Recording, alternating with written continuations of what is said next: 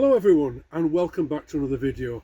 Thank you all once again for joining me on my micro camper adventures. It's now officially summer, but we are in Britain. So gone is all the hot weather and I'm back in a jumper, avoiding all the rain. If you are a regular viewer, you'll be used to seeing me go off camping on my own, and you'll have seen how I've adapted my car over the years to allow me to do this. But sometimes my wife Kim likes to come along and accompany me on a trip. And of course we have the two dogs, Harvey and Chester, who we take along with us. It's great getting out with the whole family, so to speak. But how do we go about this when space is always at a premium in such a small vehicle? You'd think our layout wouldn't be adaptable enough, and as you can imagine, it's hard to squeeze another person, more kit, and of course the dogs. And no, I can't put them all up in the top box. Unlike on previous solo trips when everything seemed to know where to go, a bit of thought and planning was required for this one to ensure that we had everything and we knew where it was, and so we could find it again. So on my wife's instructions, a list was made of everything we needed and where it went. It was obviously essential that the dogs felt both safe and comfortable in the back of the car, so a priority was given to providing them with enough space. Fortunately, I had taken this scenario into account when designing both the kitchenette and the bed arrangement. The bed was turned on its side to give more space for the two kitchen units, which were stored sideways and placed back to back at the rear of the car. This opened up a large area for the boys. Everything else was packed into what available space was left behind, but with some thought of what we'd be needing first when we arrived on site. Storage was found in places such as the rear footwells, the kitchen cupboards themselves, within the bed frame, and of course we filled up the top box with bulky but not too heavy items. And with everything safely stashed away, we finally were able to set off on our trip.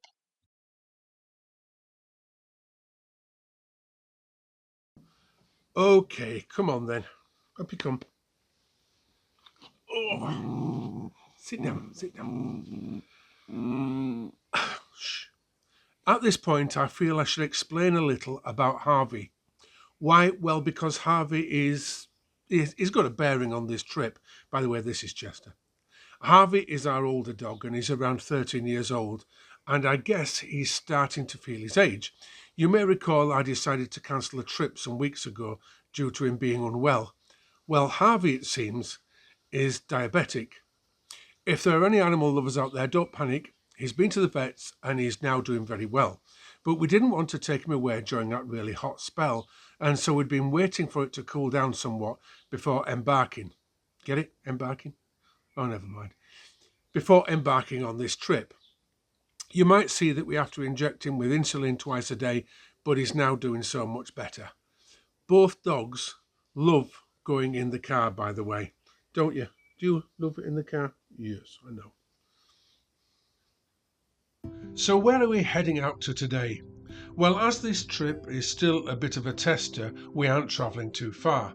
We are stopping on a campsite very close to the famous Black Rock Sands, just west of Porthmadog in North Wales. The site is also well known. Glannymore has been here for years. Indeed, we visited here probably about 20 years ago in our old VW, and it's right on the entrance to the beach.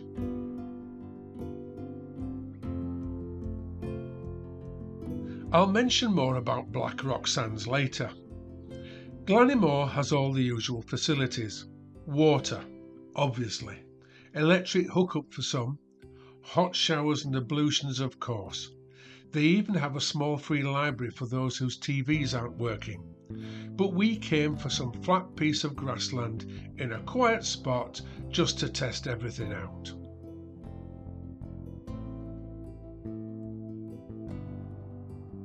To be honest, I got busy getting everything sorted whilst Kim took the dogs for a walk. Forgive me, I was so busy I forgot to film setting up camp. I got the side awning up as it was sunny and I wanted to provide some shade, and I then erected the rear tent over the tailgate. I moved the car interior back into its usual bed and kitchenette arrangement, and then put a pop-up bed within the rear tent. That would be my bed for the night whilst Kim tried out the one in the car. And finally, with the full camp set up, it was time to relax and throw up the folding picnic table. It's something we've had for ages and hardly ever used, and to be honest, I'm surprised it still worked. The kettle on, we sat down to a brew and of course a slice of cake. Quite frankly, there's nothing better than relaxing with the dogs and enjoying a bit of sunshine and scenery.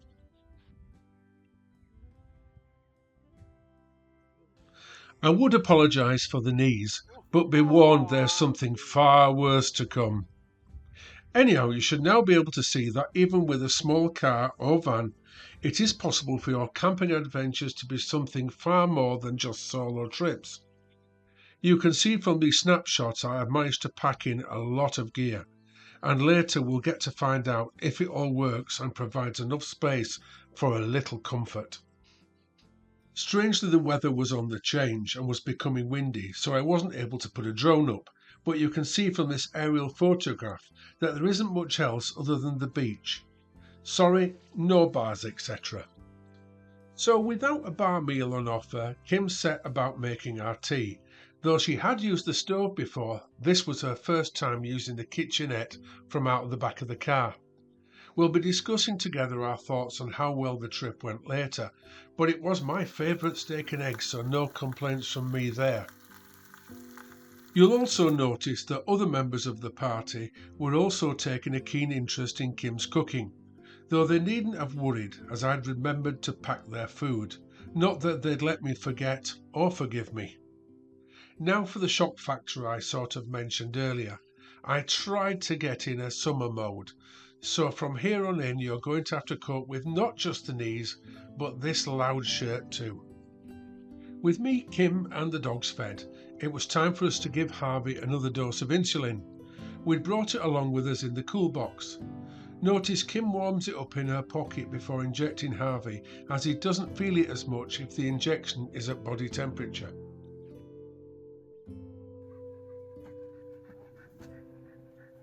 It had sadly now cooled down considerably, the sky now sporting grey clouds, and was starting to feel less like summer. Nevertheless, we decided to take the dogs for a walk.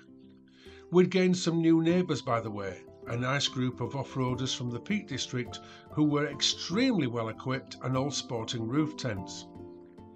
We headed off through the campsite to a conveniently placed gate that led us through to the sand dunes and down onto Black Rock Sands. I did say I'd mention Black Rock Sands earlier. This is a fantastic place to visit, as it's one of the few places where you can drive onto a beach. Though I must warn you, it's not without its problems. As you can imagine, cars and families building sandcastles can be a recipe for disaster, and so the police regularly visit to deal with drivers racing or performing stunts on the beach. Cars regularly become caught out by the rising tides, and indeed whilst we were there, those nice off-roaders were called in to pull others out of the soft sand at the top of the beach. As you can see that despite the signage, people regularly camp on the sands, but be aware, I'm told the council occasionally drive around in an unmarked car to photograph vehicles and post on hefty fines. Be aware you should expect huge queues at peak times, such as bank holidays, sometimes extending for miles and back into the neighbouring villages. And I think it's actually a 10 miles per hour speed limit on the beach.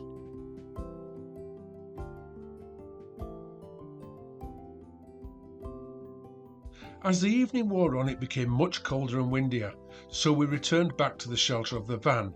We had a few hot drinks and set up the beds, which allowed Kim to settle back and relax and watch her favourite soaps on the TV. Eventually it was lights out and we settled down for the night, but I have to admit it was so windy it kept us awake for most of it. Being in the rear awning, I found myself being nudged every so often by the tent side, and the noise was horrendous. It wasn't a complete disaster, nothing blew away, and the dogs slept through it okay, But as rain was also forecast for the day, at first light we had a quick brew and a light breakfast, packed up, and still wearing that shirt, drove home. Hi everyone and welcome back. We've come back home now, and so we're just sort of reviewing the how the journey went and what gear we'd forgotten or we needed, or how we could do it better. The idea, of course, was I normally go off in the van on my own, and that's fine, but occasionally you'll want to take somebody else, or the dogs, the family, or even kids along. And is it possible with a micro camper or a small van? We took on a lot of kit with us. By the way, excuse the background noise, unfortunately people are working next door.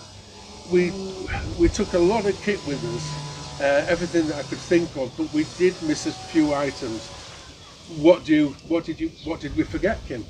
Well, when you went for a walk, I couldn't get into the top box. I wanted to get a jumper from up there, and the top box that's on top of the car. Now, in one of your earlier videos, you had a metal step that you could attach to the inside of the door. Yeah, it hangs onto the door fastener. And that helped an awful lot for me, and with my short legs, being able to gain access to that top box. So that would have been useful to take along. We could have done with a chopping board and perhaps some trays to be able to eat as food from in the evening, because we couldn't, it was too windy for us to eat outside on the picnic table. So that would have been useful. Well, we could have used the work surfaces in there, but it would have meant closing the stove and the sink and everything, and both of us sitting up there. I had difficulty sitting on the folding bed with my knees in the air, and a plate bounced on my knee, so yeah, that's difficult. So it would have worked with us both inside the car, but I think a couple of trays next time. Yep. For his laps. I mentioned the bowls. The beds. Oh, the beds, yes. The bed, I can understand, is absolutely brilliant for you, and it was comfy. Was the mattress itself that you had. I had the privilege of sleeping in the car, but I do tend to sleep on my front, and I do an awful lot of tossing and turning at night, and there just wasn't enough space at all, whether it was the bedding or the size of the actual mattress. So in future, I think I'd prefer to be in the tent and perhaps on an inflatable mattress. I didn't enjoy the folding bed at all. I was used to the Z bed in the back of the van. And your folding mattress has this big dip in it. Again, I still wouldn't be able to move around in that. It was horrendous. So going back to the original inflatable mattresses would be great, I think, for me. The awning that we had went up fairly easily, and this time I used to use, there is the bit that joins between the van and the car, and normally you'd sort of have the tent starting at the end of the door. And because it was so windy, I shoved it right up, which meant the door went right inside the tent awning, which sort of worked in that we had a really good seal. There was no air, wind, drafts coming into the car at all. Coming in at all. But it reduced the size of the awning considerably, and it sort of worked for us, but if there was any more than us, we wouldn't have managed it. I think in the future we need a new, bigger rear awning, probably one of the inflatable ones or something like that. The noise in there was horrendous, especially during the night. It was rubbing on the car, and I closed the rear door on the car van to stop that rubbing noise, because it was like fingernails on a chalkboard, wasn't it? It was at one just stage, yeah. Creaking all night. In fairness, it was a really windy night. It didn't show it in the video, but the side of the tent was hitting the side of my bed and nearly threw me out of the bed a couple of times during the night. But on a positive note, the awning did hold up well, didn't it? It did, yeah, no problems there. It was just noisy. There was no tears or anything like that with the awning whatsoever.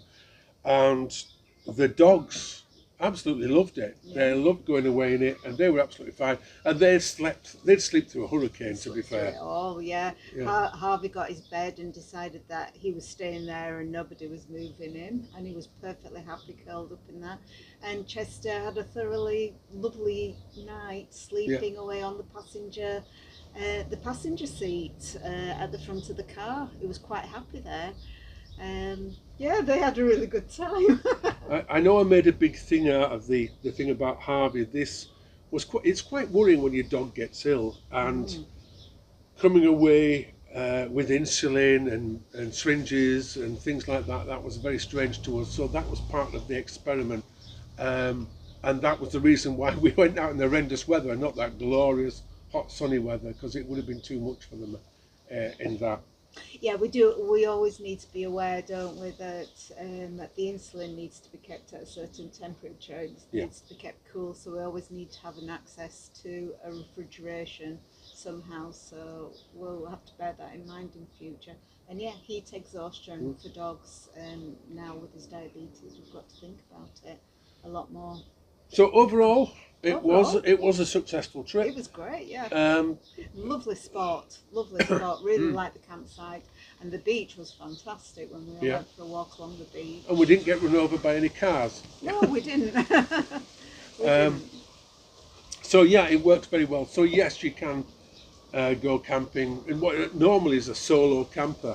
That's what it's set up for. But yes, you can enlarge onto it and take the whole family along with you. It does work. So I think in the future, a bigger, newer, probably a bit more expensive awning, that we can take air beds and things like that in there, so that we can spread out and have more comfortable night. But yes, it does work. Yeah. Yeah.